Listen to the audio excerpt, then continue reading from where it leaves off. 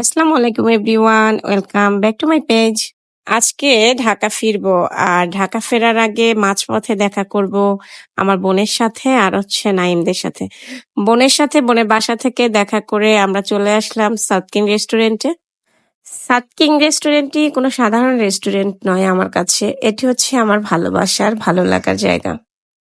College লাইফে friends, সিনানের পাপা সবার সাথে সব থেকে এই জায়গায় বেশি আড্ডা দিয়েছি আমি।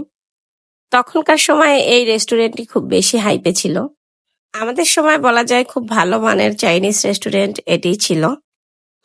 আমাদের সময় এখানকার খাবারের মান অনেক ভালো ছিল। এদের হচ্ছে স্পেশাল ফ্রাইড রাইস আর স্পেশাল চিকেন ফ্রাইটা আমার খুব বেশি প্রিয় ছিল। কলেজ জীবনে এখানে এসে খাওয়াটা অনেকটা আমার কাছে স্বপ্নের মতো ছিল। যখনই আমাদের পকেটে টাকা চলে আসতো অমনি দৌড়ে এখানে চলে আসতাম আমাদের সেই প্রিয় জায়গাটায়।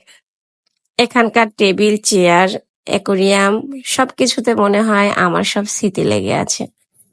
তবে দুঃখের ব্যাপার হচ্ছে এই 12-13 বছরেও এখানকার কোনো কিছুই চেঞ্জ হয়নি।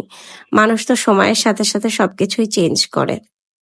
But TV, aquarium, chair, table কোনো কিছুই এখানকার চেঞ্জ হয়নি, শুধু মেনু কার্ডটা চেঞ্জ হয়েছে। আর হয়তো চেঞ্জ হয়েছে কিছুটা খাবারের টেস্ট। সবাই বাসা থেকে খেয়ে এসেছি, তারপরও কিছু অর্ডার করলাম, ভালো লাগলো। আজ এ পর্যন্তই।